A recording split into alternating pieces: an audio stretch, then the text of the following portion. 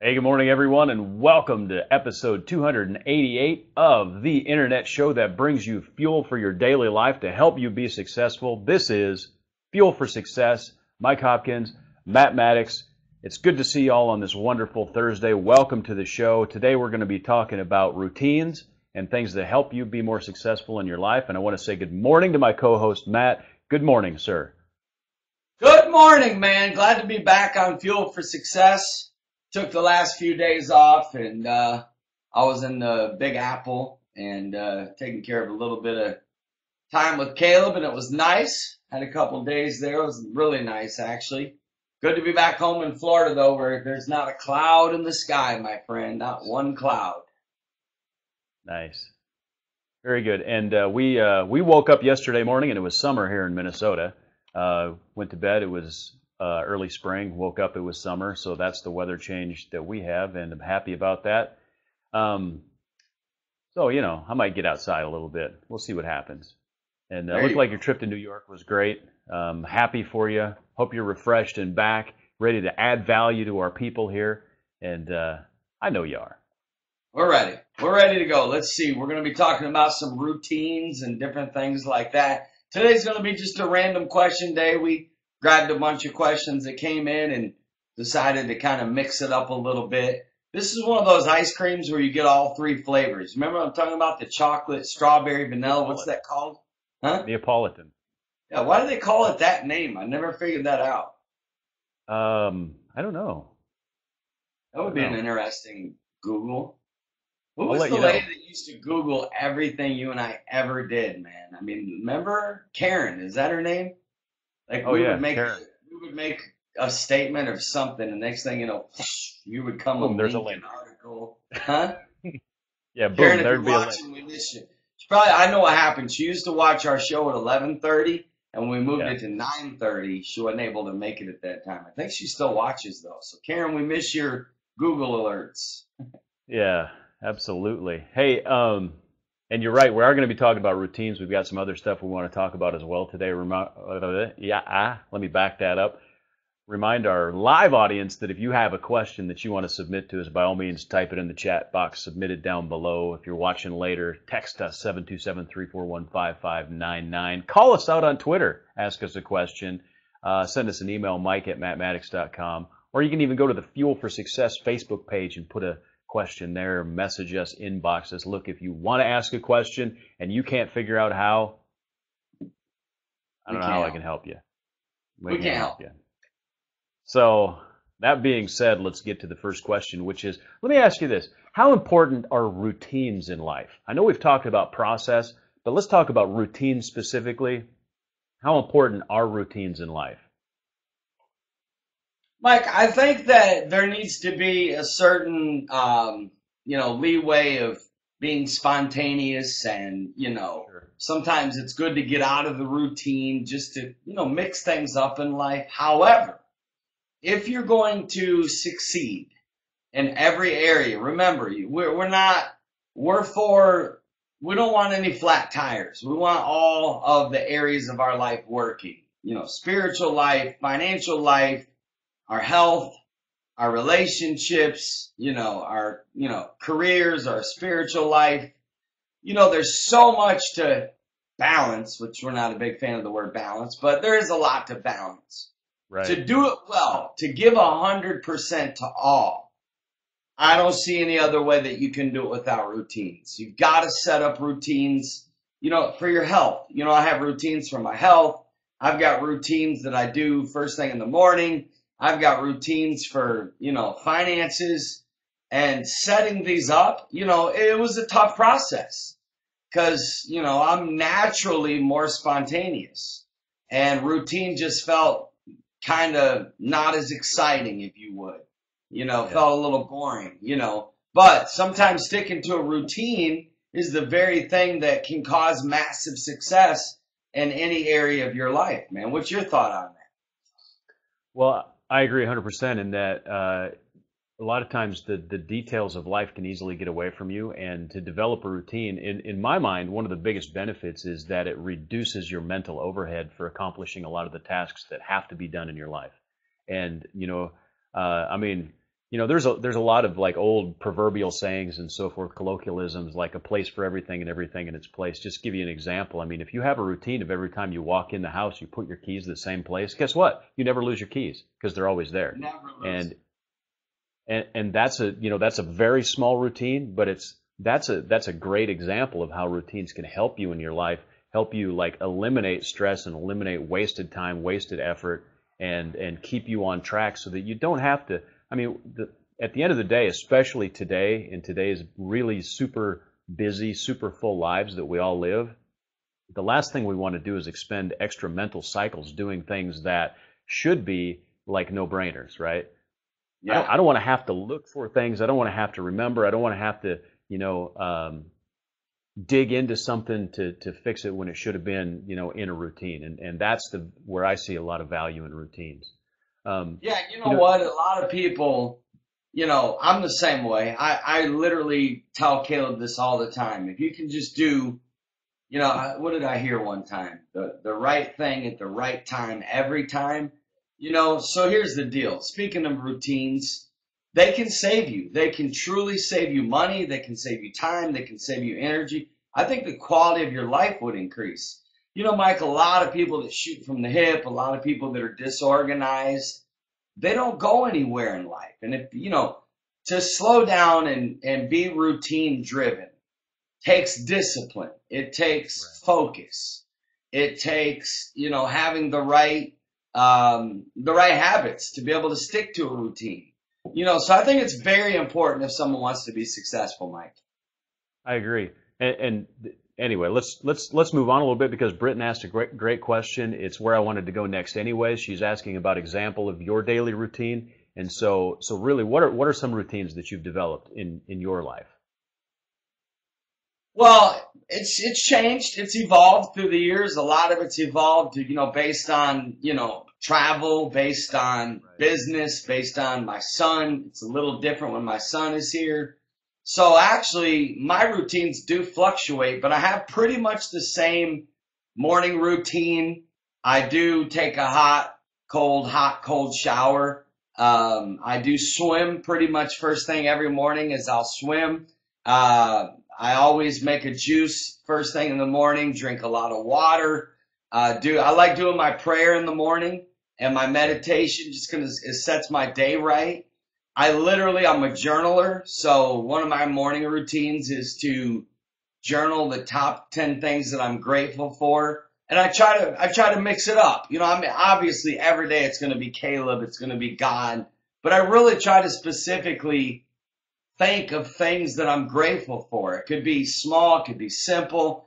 And the act of slowing down to write down 10 things puts me in the right frame of mind.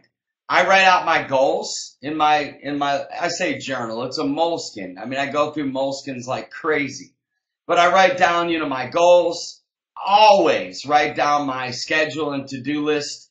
Most of the time I do that, the night before, but if I hadn't done it the night before, which usually I do because I have certain routines that I follow before bed as well.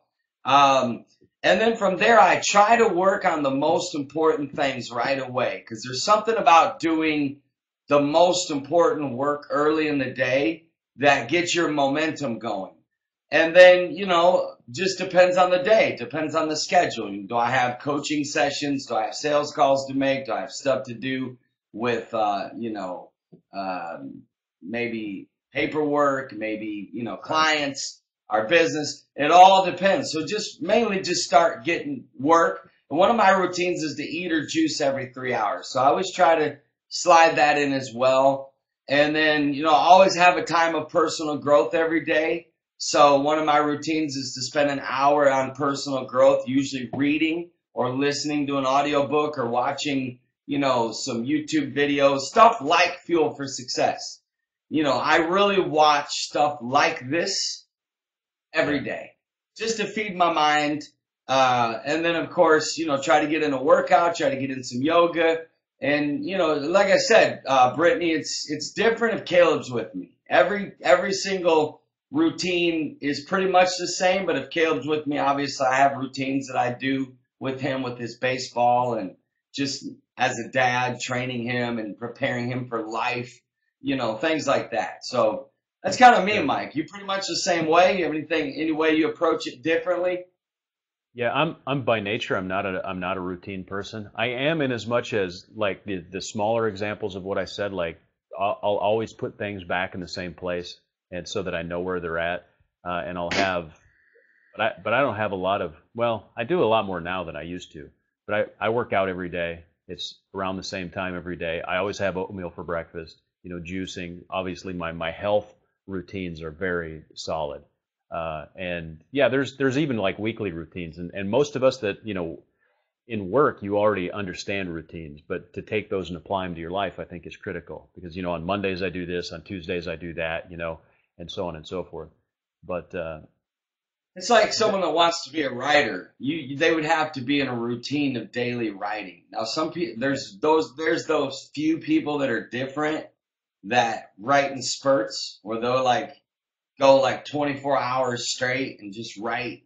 Everybody's different, and that's okay. I think it's okay to give yourself permission to have different routines than other people. You know what I'm saying? I agree. Hey, you know what, Melody? I'm going to grab that question in just a second. We're going to talk about to-do lists, but Britton had a quick follow-up question. Do you combine your personal growth, like listening to audiobooks, with your workout, or do you like focus when you're listening to audiobooks? That's a great question. I just wanted to I touch do on it both. quickly. I do both, Britton. I got to be honest. I'm a kind of person that likes to absorb. I'm really big into mastery, and I'm really big into. Uh, I will read. I will read literally if a book is good. My personality is to read it at least 10 times. I'm not kidding. So because I so want to absorb. Same thing with like I listened to an interview that Tim Ferriss did with Tony Robbins yesterday. It was a 2 hour interview. I did it while I was doing some stuff. Normally I wouldn't, but I did combine yesterday because there was some stuff I had to get done. So it was getting in my mind, but I'll go back and listen to it and write notes. I'll pause. I'll literally think about it. I'll pause and write out, different things. So yeah, I really try to absorb the stuff I'm listening to, but there are times when I'll listen to it while walking, while going through the airport, while cleaning the garage or whatever it is, washing the car. I'll mix it. Mike, you're the same way? You mix it up or you? Yeah, well, I never listen to personal growth stuff when I'm actually working out. If I'm walking, I don't really consider that like cardio or whatever. But if I'm in a physical workout, if I'm doing cardio, if I'm lifting weights, those sort of things, I'm always jamming, pumping music. So I never like listen to audiobooks then because it's all about focus. And if I'm walking, sometimes I'll listen to personal growth things while I'm working as well. Um, Depending on what I'm working on. Not when I'm writing code. That leads to bad results. But but that's a great question. That's a Um, very good question. Good questions coming in today. Good questions and yeah, good chat going on over here. good interaction. Hey, Melody's asking a great question, and I think you mentioned, and I kind of know, but I'm going to ask anyways. Do you use a certain program for your to-do lists? Do you use You know software? Do you what, use an app? Melanie? I've tried every different program. You want to know what my program is? Let me see. Hold on. Here's I mine. have tried. Here's my program right here. My legal Here's pad. mine. Right. So this is my life. I've tried apps. I've tried things on the computer. I keep coming back to the old-fashioned legal pad. So I live my life on this, and I live my life in my journal. Between those two things, do I use my iPad? Yes. Do I use apps? I do use apps. Sometimes I'll use the notes in the iPhone, even on stuff that I've written on in my legal pad Melody. I'll also maybe type it in my notes just so I can have it, in my phone because my phone is like glued to me, literally. So just, and you guys find anything helpful, feel free to share. Mike's an Evernote. Evernote guy. I use Evernote mostly because it syncs across my devices. I can use it in a lot of different contexts. I've been using Evernote for years. I still use the free version. I haven't had to upgrade. And it works great for me. You can categorize, search, those sort of things. So But at the end of the day, my main tool is a legal pad. So I uh, believe it was Albert Einstein that said, never do anything by memory. Like if you'll notice a pilot that has flown for 20 years still follows a literal checklist. They have to. The power of writing things down. You know, most people are losing energy and also mental focus and power because they try to do too much by memory. And when you just write it down, I mean, it could be as simple as, ooh, I got to get another key made for my wife, or I got to get the right. oil changed by next Thursday. Got to take the clothes to the cleaners. Literally, the act of writing it down will help you. It'll save you so much. It'll help you not be so forgetful. This is a lesson I had to learn, Mike, because, you know, again, it's hard for me, a guy that lives in just overdrive. It was hard. I'm being transparent here. Developing these types of disciplines was a challenge for me because I was like, I don't like slowing down to do things that to me, you know, when you have a world changing mentality, it can be good and it can be dangerous. It can be dangerous because habits and disciplines ultimately are what's going to bring you success. But when you don't slow down, I know a lot of people that don't, because they're so busy and they just go, go, go, go. They don't slow down and write stuff down and plan. They really could get in a lot of trouble. I got in some trouble in my life. I'm not talking about like legal trouble. I'm just talking about like I Yeah. limited a lot of success because of a lack of discipline of slowing down and planning, writing things down. I mean, I would say it could cost you up to tens to $20,000 total on things that you have missed or forgotten because you didn't write it down, because you didn't have a system. Think of the things that you lost because you didn't have a system or a process or routines. I like what Mike said. I'm the same way. Keys in the same place. Our goggles for swimming. I told Caleb, I said, Caleb, you see that spot right there on the shelf? 100% of the time, that's where the goggles go. That way you will never in your life have to look for goggles. You know what I'm saying? Like he Yeah. sat them down subconsciously in another spot. And I'm like, no. Where do they go? Right over here, right? So it's how you got to be, man. Yeah, and it saves you cycles. At the end of the day, it saves you time, saves you energy, saves you mental cycles that you can use to do something productive. Um, Absolutely. jump jump topics just a little bit here. Great question that came in. What's your favorite quote? Ooh, that's a good one because I'm a quote guy. My favorite quote of all times that I live by is this. Yeah. Came by Wayne Gretzky. You miss 100% of the shots that you don't take. That is my life's quote. I live by it so much that I want to have an artist paint it right up here in my office.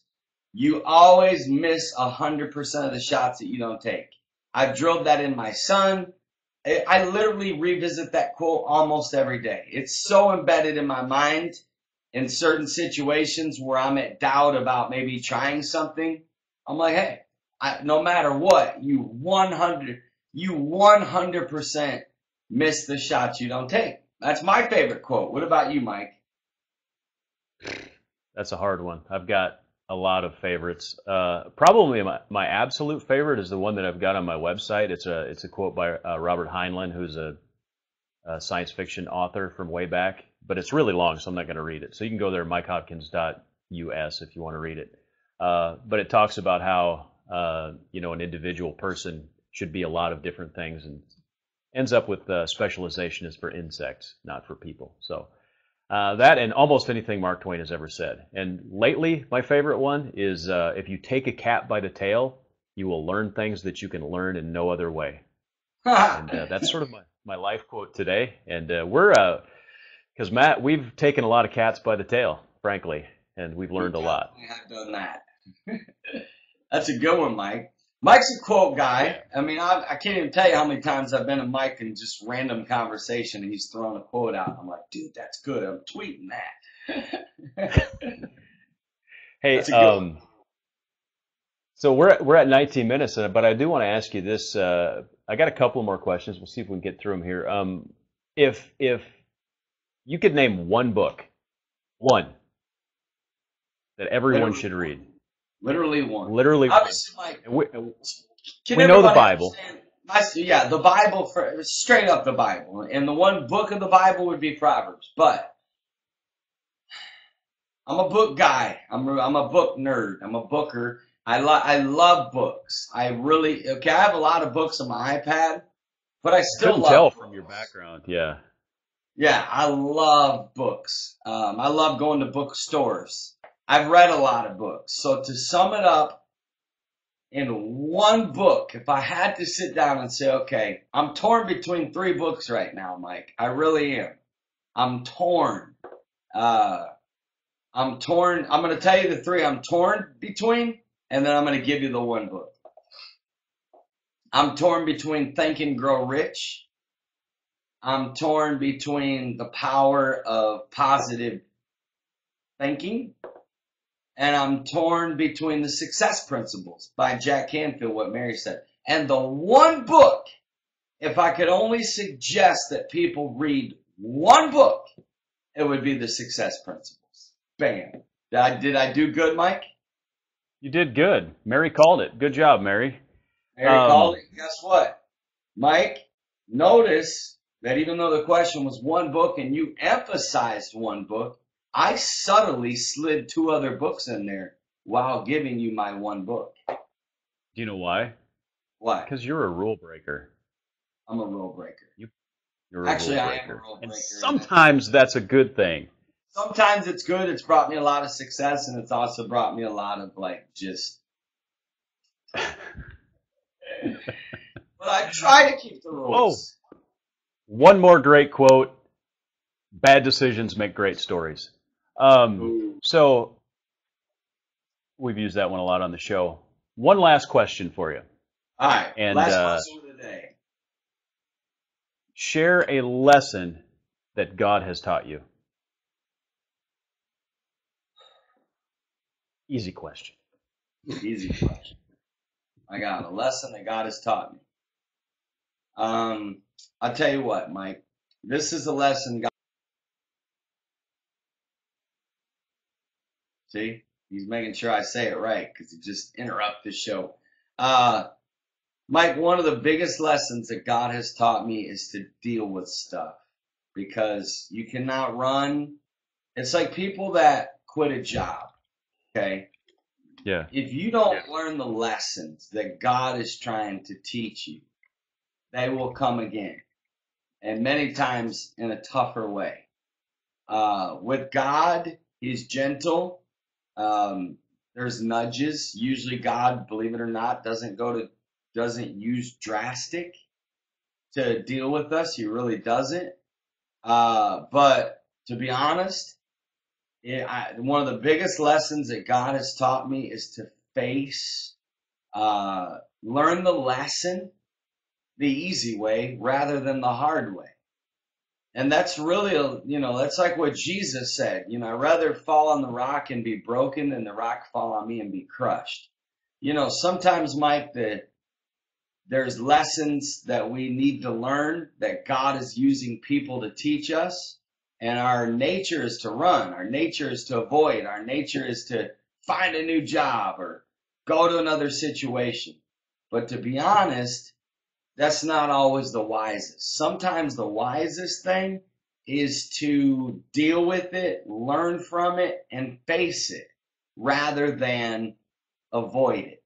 And many people by nature are avoiders because, we don't like conflict. We like life to be easy. We like to feel comfortable. Right. And there were many times, even in dating, that there were lessons God wanted me to learn. And to prevent from being hurt again, I would avoid, I would run, I would, immediately even in relationships and friendships. Like, I know this is like an extremely deep, answer to a simple question. But that's a big lesson that God has taught me, man. And there are many others. We should do a lesson, Mike. You and I should do a lesson every show, man. What about you? I love your quote that I just put up there. Deal with stuff. I love that. Um, the first thing that came to mind, and there are tons. I could probably, like you said, we could do in every show. But I know in Proverbs 4 it says that wisdom is the principal thing, and in all thy getting, get the understanding, or something like that. It's close. Um, but understanding that wisdom is the thing. If you could seek one thing, it's to seek wisdom, because wisdom opens doors to all kinds of things, and wisdom is understanding people. And I think that's a huge lesson that God has taught me, that really at the end of the day, everything we do here in this life is all about people. And get wisdom, understand people, learn people, read people. And I missed decades of my life like avoiding people, diving into technology, and God really opened my eyes to the fact that it's really all about people. Mm. Mike, that's very good. And the things that Britton and Pacey and Mary and are just great stuff over here. Very good comments and principles they're giving. Very good stuff, Mike. Mike, what you just shared is powerful. I hope people take that to heart. Mike and I sit here 20, 30 minutes for these shows. Our intention is to share our experience and knowledge and life lessons, practical do's and don'ts of life, to make you a better person in your spiritual life, your finances, your health, and your relationships. And that's why we do Fuel for Success. And Mike, we are only 12 episodes away from 300, and that's literally shocking. It is shocking. We got one last question, Mike, that came in from Tommy. You got a minute to field it? Sure thing. What do you say to a person who says they're not a people person? I tell them they're an excuse maker. No, let me say this, Tommy. This is actually a real situation. There are people by nature that they're introverted by nature. Their personality is more reserved. They're not comfortable being around a lot of people. They don't like small talk, so yeah, they're not classified as a people person. But I do believe that every person should make it one of their highest priorities to learn how to relate with people. You can't be successful without people. Right. Henry Ford said, I will pay more for the ability to get along with people than anything else when he talked about hiring people. To the person that is not a people person, I would tell them to study people skills, practice it, get better, and I don't like labels. I don't. I mean, you can say, when someone says, well, I'm just not a people person, well, they're literally marrying themselves to that belief. They're bringing that belief into reality.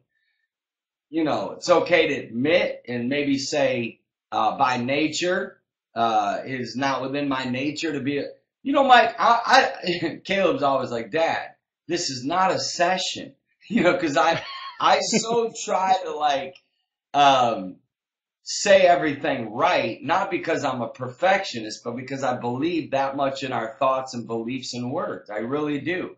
So I work hard in my conversation, trying to make sure that I'm not giving labels, and so I would say, Tommy, number one, whoever that is, don't accept that. Maybe it's been something that you're weak in the past, but it doesn't mean you can't grow, you can't strive, you can't get a coach, you can't read good books, and practice. Practice being more outgoing, more friendly, practice, get out of your comfort zone. And I'm not saying you have to become this charismatic people person at all. You don't have to. I'm just saying you have to work it. What's your thoughts, Mike? Yeah, I say you don't have to be him. You don't have to be Matt. Because Matt, can walk into a room and connect with everybody, and I can't do that, But I would say, first of all, Britton nails it on the head. I think most people, and I'm an introvert by nature, fear of rejection is a huge barrier to being a quote unquote people person. But the other thing is, to the person who says I'm not a people person, have them look at their life and the 3 or 4 people that are closest to them. Are they a people person with them? Well, of course they are, right? Their closest friends, their spouse, their family, whatever, that they share and they interact, and they definitely are a people person with them. So it's like, well, where's the barrier, right? The barrier isn't in your ability to connect with people. The barrier is in your willingness to connect with people. And that's where the problem lies. And so get over that willingness, become willing to do it, and understand that you already have the skills because you connect with those that are close to you already. And it's just a matter of applying those same things to people that maybe you don't know as well. So it's not a skill set, it's a willingness thing. Good stuff. Good stuff, my friend. Well, Mike, I've enjoyed. What's that? I said we're at 30 minutes. Wrap it. We're at 30 minutes. My point to you, Mike, is thank you for being a friend. I feel like the Golden Girls now. Thank you for a great week of Fuel for Success.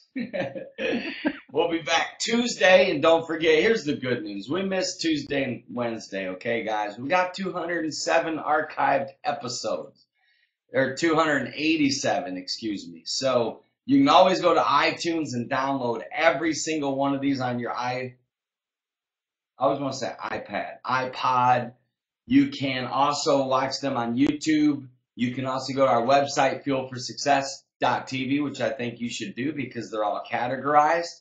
And feel free to watch. And then if you guys ever have questions, like Mike said, email them in, send us a message on Facebook and Twitter, and we bring questions, take top priority.